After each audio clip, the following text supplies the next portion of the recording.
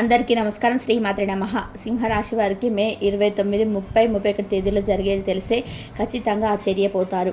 పనులన్నింటినీ కూడా కాసేపు పక్కన పెట్టేసి మరీ వీడియోను ఒంటరిగా చూడండి, లేదంటే చాలా నష్టపోతారు. ఎటువంటి నష్టాల నుంచి ఏ పరిహారాలు చేసుకుంటే ఆ నష్టాల నుంచి బయటపడవచ్చు, ఎటువంటి లాభాలు మీకు జీవితంలో జరగబోతున్నాయో, ఏ కష్టాలు రాకుండా తప్పించుకోవాలని చెప్పి మీ జీవితంలో ఏ విధమైన పరిహారం చేసుకోవాలో ఇదంతా కూడా క్లుప్తంగా వివరిస్తూ ఈ వీడియోలో అయితే వివరించడం అయితే జరిగింది. ఎంతోమంది ఎన్నో రకాలుగా చెప్తూ ఉంటారు, కాకపోతే కొంత ఇన్ఫర్మేషన్ అనేది ఈ వీడియోలో ఫుల్గా సేకరించి మరి మీకోసం ఈ వీడియోనైతే మీ ముందుకు తీసుకురావడం అయితే జరిగింది. కాబట్టి సింహరాశి వారందరూ కూడా వీడియోని దయచేసి ఎక్కడ కూడా స్కిప్ చేయకుండా చివరి వరకు చూడండి, అప్పుడే మీకు పూర్తిగా అర్థమవుతుంది. ఇక సింహరాశి వారి యొక్క స్వాతాక విషయానికి వస్తే కనుక సింహరాశి వారు చాలా అంటే చాలా ధైర్యవంతులు. అంతేకాకుండా నాయకత్వ లక్షణాలు అనేటివి చాలా ఎక్కువగా ఉంటాయి సింహరాశి వారికి. ముఖ్యంగా సింహరాశి వారి చాలా నమ్మకస్తులని చెప్పుకోవచ్చు. ఏదైనా కానీ మనం ఒక విషయాన్ని సింహరాశి వారికి చెప్పి ఈ విషయాన్ని ఎవరితో కూడా పంచుకోవద్దు, ఈ విషయం నీ మధ్య నా మధ్య మనిద్దరి మధ్య మాత్రమే ఉండాలి, మూడో వ్యక్తి మధ్యలోకి వెళ్ళకూడదు అంటే ఎంతో గుప్తంగా అంటే చాలా సీక్రెట్గా ఆ విషయాన్ని వాళ్ళు చనిపోయేంత వరకు కూడా వాళ్ళ దగ్గరే ఉంచుకుంటారు. అంత నమ్మకమైన వ్యక్తులుగా సింహరాశి వారి గురించి చెప్పుకోవచ్చు అన్నమాట. ముఖ్యంగా సింహరాశి వారు చూడడానికి చాలా అందంగా ఉంటారు. చక్కటి రూపం, విశాలమైన నుదురు, చక్కటి రంగు, అంతేకాకుండా చక్కటి ఆకర్షణీయమైనటువంటి నేత్రాలతోటి, మంచి మాట తీరుతోటి జనాలని ఇట్టే ఆకర్షించేటువంటిగా ఉంటారనమాట. కాబట్టి సింహరాశి వారికి కాస్త నరదిష్టి కూడా ఎక్కువగానే ఉంటుంది అని చెప్పుకోవచ్చు అనమాట. కాబట్టి ఈ నరదిష్టి అనేది పోవడానికి ఏ విధమైన పరిహారాలు చేసుకోవాలో ఈ వీడియో చివరిలో చెప్తాను. వీడియోని దయచేసి ఎక్కడ కూడా స్కిప్ చేయవద్దండి, చివరి వరకు చూడండి, అప్పుడే మీకు పూర్తిగా అర్థమవుతుందన్నమాట. ఇక సింహరాశి వారు కుటుంబానికి చాలా ముఖ్యమైన ప్రాముఖ్యతనైతే ఇస్తారనమాట.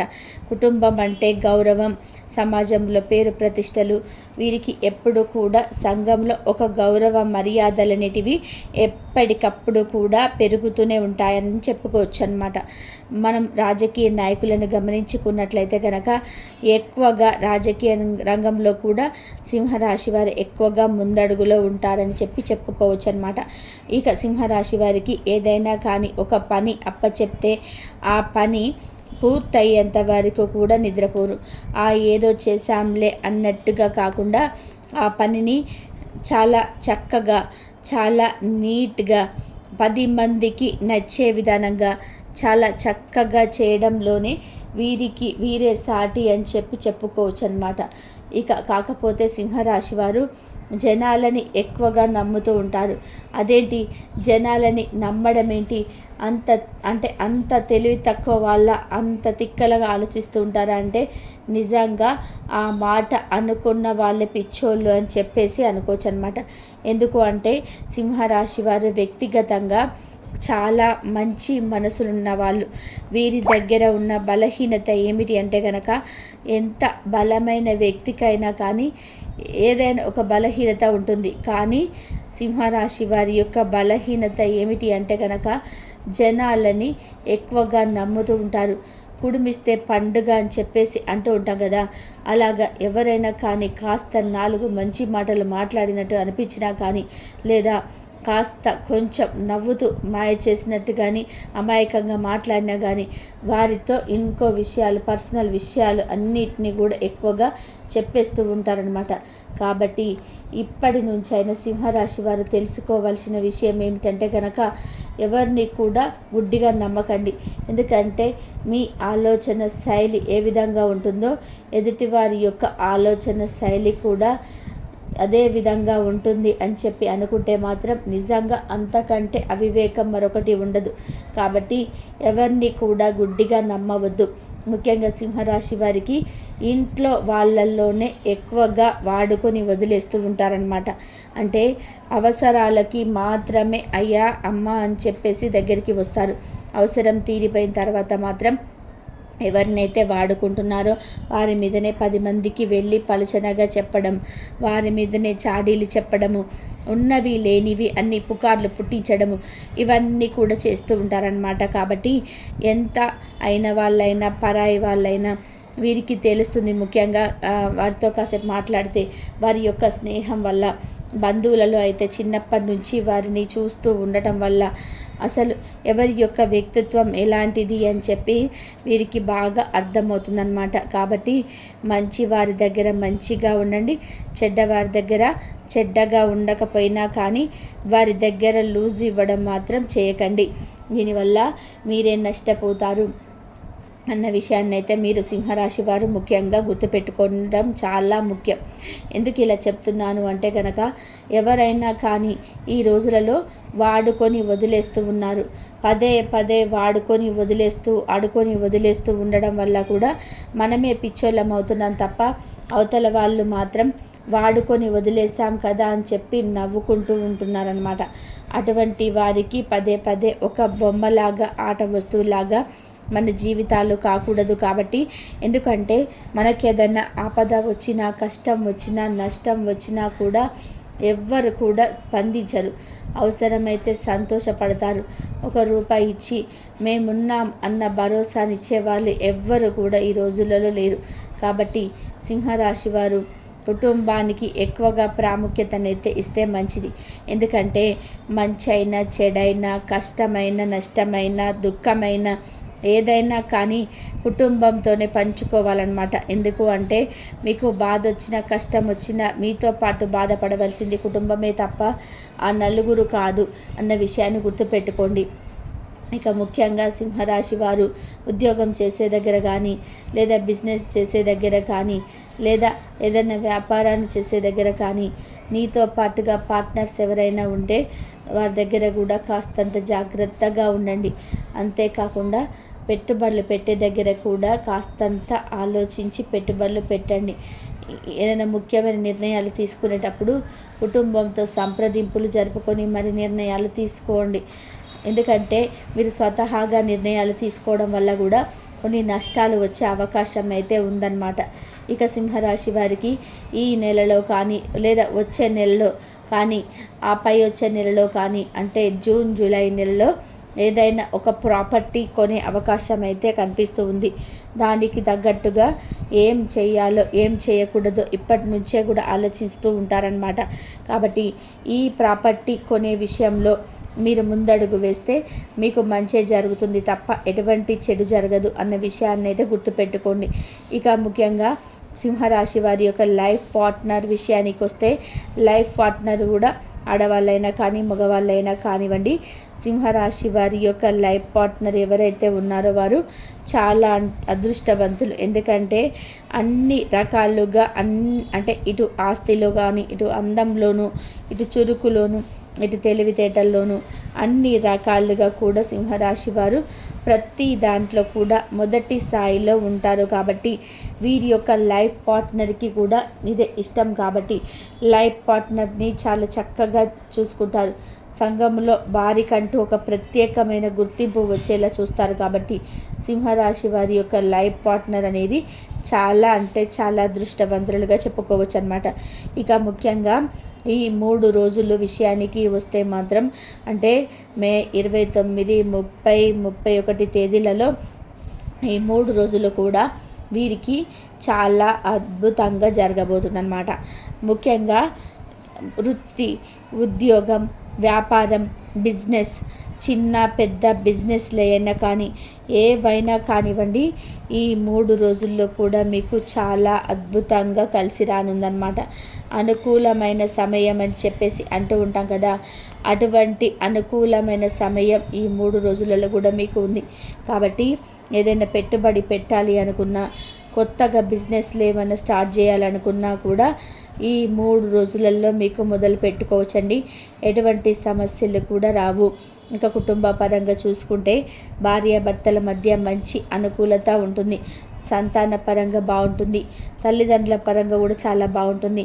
కుటుంబంలో ఎటువంటి గొడవలు కానీ, చికాకులు కానీ, అనారోగ్య సమస్యలు కానీ, ఇబ్బందులు కానీ ఏవి ఉండవు అని చెప్పుకోవచ్చు అన్నమాట.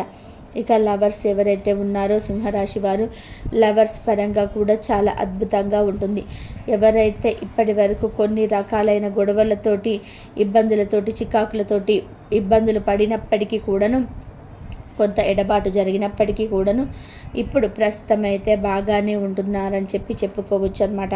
కాబట్టి లవర్స్కి కూడా చాలా అనుకూలంగా ఉంటుంది అని చెప్పుకోవచ్చు అనమాట.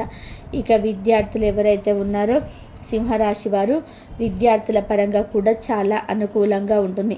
కష్టే ఫలి అని అంటూ ఉంటాం కదండి, అలాగా కష్టానికి తగ్గట్టు ప్రతిఫలం అనేది లభిస్తుంది. ఇప్పటి నుంచి కొత్తగా లైఫ్ని జర్నీ ఏదైతే స్టార్ట్ చేస్తున్నారో కొత్త జర్నీని, ఆ జర్నీలో మీరు ఆచితూచి అడుగు వేసి కష్టపడితే మీకు మంచి ఉత్తమమైన స్థాయిలో భవిష్యత్తులో ఉంటారండి. ఈ ఒక్క విషయాన్ని గుర్తుపెట్టుకొని విద్యార్థులు కష్టపడి చదువుకోండి. ఖచ్చితంగా కూడా దానికి తగ్గ ప్రతిఫలం అయితే ఈ సంవత్సరం ఆఖరిలో మీరు చూస్తారు. ఇదైతే రాసి పెట్టుకోండి, ఖచ్చితంగా కూడా జరిగి తీరుతుందన్నమాట.